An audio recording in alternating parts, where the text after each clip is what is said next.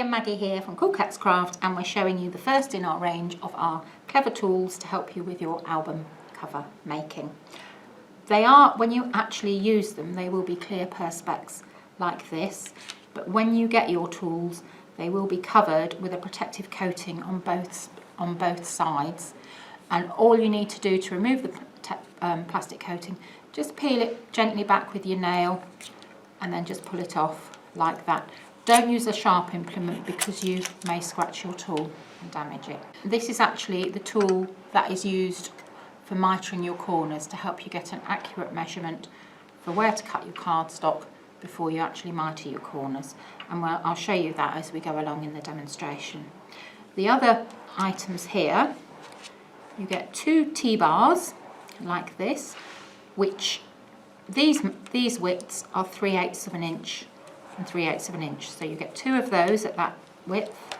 You also get 2 1/4 of an inch, 1/4 of an inch. Again, you've got 2 there. And these are your hinge spacers for your covers. But also, should you want 1/2 an inch, all the base corners are actually 1/2 an inch measurement. So you've actually got an additional 1/2 an inch measurement there. And you will see with all the tools, you've got a little tiny hole so that you can keep them all securely on a ring. My cardstock is already stuck together. I've already stuck my spine in place. Now you need to decide which width you want between your spine and your cover. If you're going for a very large album or one that's going to have a lot of dimensional pages, I'd probably go for the 3/8 of an inch hinge width. But otherwise, for a standard album, 1/2 inch is fine. Don't go any smaller than that because you may find that you may split. So what you do, your spine is stuck there, bases, and you put one at the top and one at the bottom, like that. Then you take your cover. We're going to pop some glue on it.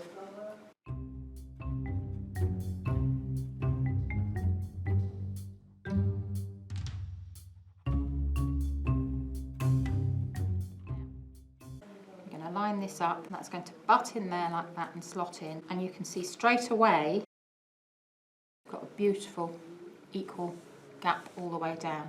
On cover are exactly the same. Otherwise, traditionally in the past, you'd have run a ruler along the bottom, but again, that can move. So just give that time to dry and settle because I've used collal glue. So I'm just going to turn it round. And I'm going to repeat for the other side. So I'm going to remove my spacers. I'm going to pop them back in here and in here. So I know that the hinge space this side is going to be exactly the same as that.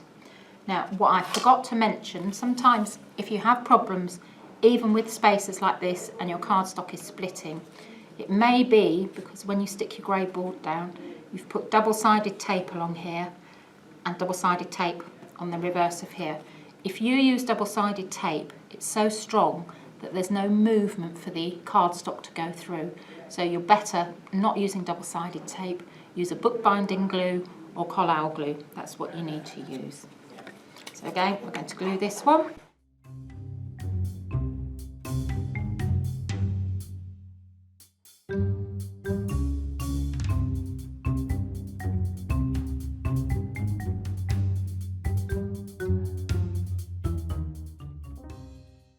And that's it. We're just going to let that dry now. So now we're going to talk about the corner mitring tool.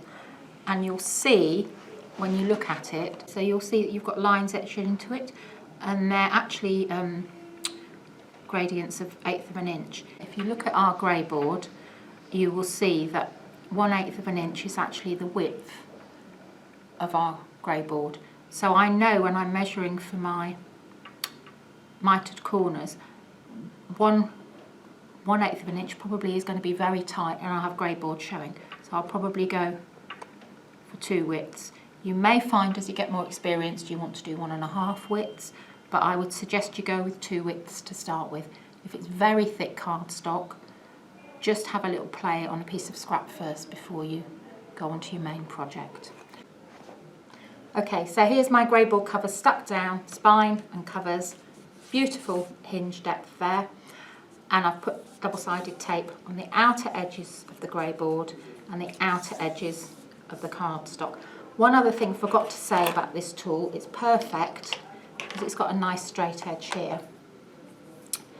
And when you're putting your double-sided tape on, if you want to just trim the edges, just get the flat edge of there and just tear straight across, and that stops your scissors from getting all stuck up with glue.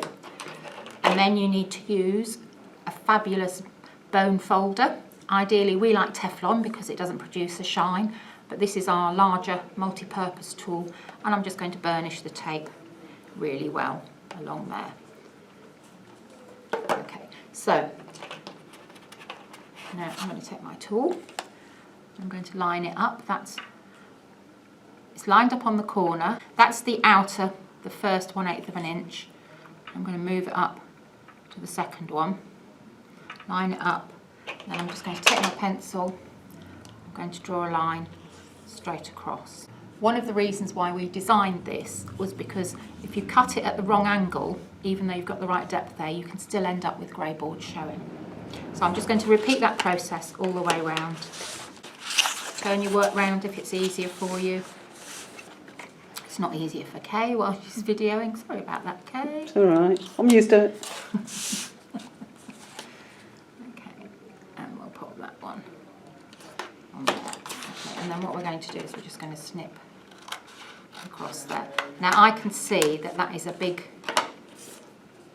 gap of card there. You know, I've got a big amount there. So I would probably, when I measure again, I'd probably go 1.5 and cut down, so we can actually do that now. That's better. I know this from experience, but what I would suggest is, as I say, have a little play. If you've not used these tools before, just have a little practice with some cheap cardboard, and so I'm going to cut this in a little bit closer just to get used to it. And don't forget as well, the different weight of paper, the thicker your cardstock, the harder it will be with your folding and your creasing and your burnishing. So I'm just going to trim. Okay, so that's your pieces chopped off. So then you're going to just bend all the way around like we normally do when we're covering an album cover. So we're going to begin with the long sides. Take your double-sided tape off.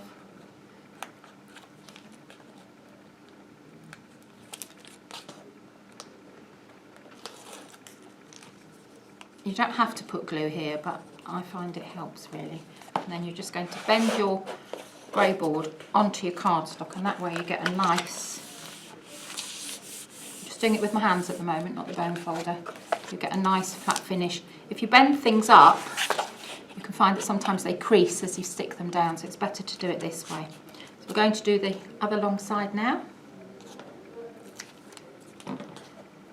And Kay's also got a fabulous demo of how to use put archi tape around instead of using cardstock, which is a different way to how we've shown you before. So I'll just put a bit of glue there, and we'll just... There's a lot of noise going on. There's a lot of noise going in the unit yes, today. Yeah. Okay, so that's my long sides done. I'm not folding, I'm not bending anything else. I'm going to start my corners now. So pull this tape out. Take your thumbnail or a bone folder, and you just want to push the edge down slightly there and push that in slightly. So take your bone folder and then flatten it down. Okay. And you're going to repeat and do the same here. So you're going to push it in, push it down and push it in slightly. Okay, and you can see that this one is a bigger corner because I've left a bigger gap with this one deliberately so you can see the difference. Okay, but squash it down. And when you actually look at it now, you can see that you've got a nice V, nice angle there, so that when that folds over, it's not going to stick out over the edge there. So glue. Exactly the same process. Fold that over onto itself. Just run that down. Okay. I'm going to run along the edge now. Now you can see I've got more of an angle there because that was a bigger gap that I had, so I could have cut it straight across there. Doesn't matter because that will be covered with card like that, but the most important thing is that you've got a beautiful finish here. Ideally you're aiming for that, so we'll see how we get on this side. So same format again.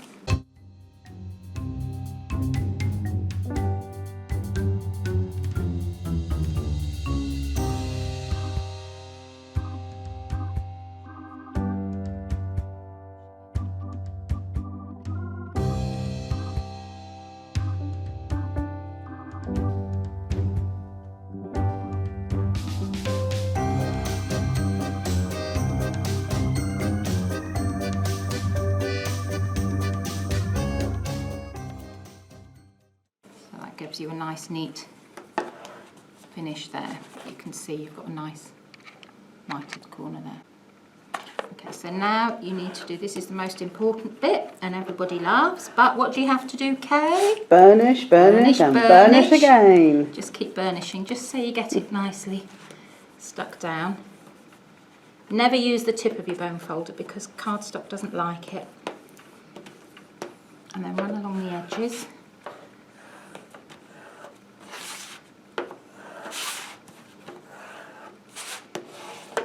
Okay, now you can see that's really quite rigid at the moment, so you're just going to take your time. And because it's Teflon, it warms up, so I don't know if it does, but to me it seems to help the fibres, they just seem to like it a bit warmer.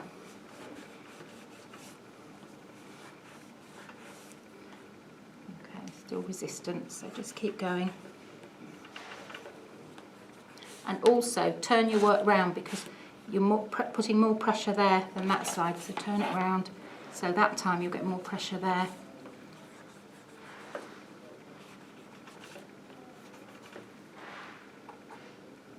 That's it. Still quite tight, so keep burnishing. That's better. Okay, so that's your outer cover there.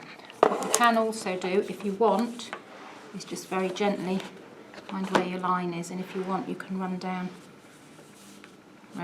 each line, just find where it is and run down there, and that's your cover there. One more thing you can do with your corner tool, because you've got gradients here of 1/8 of an inch, you can also use it to help you with matting and layering. This is 3 1/4 by 3 1/4, and this piece of card is 3 inches by 3 inches. So go up to your 1/8 of an inch line, line it up, and you've got perfect matting and layering.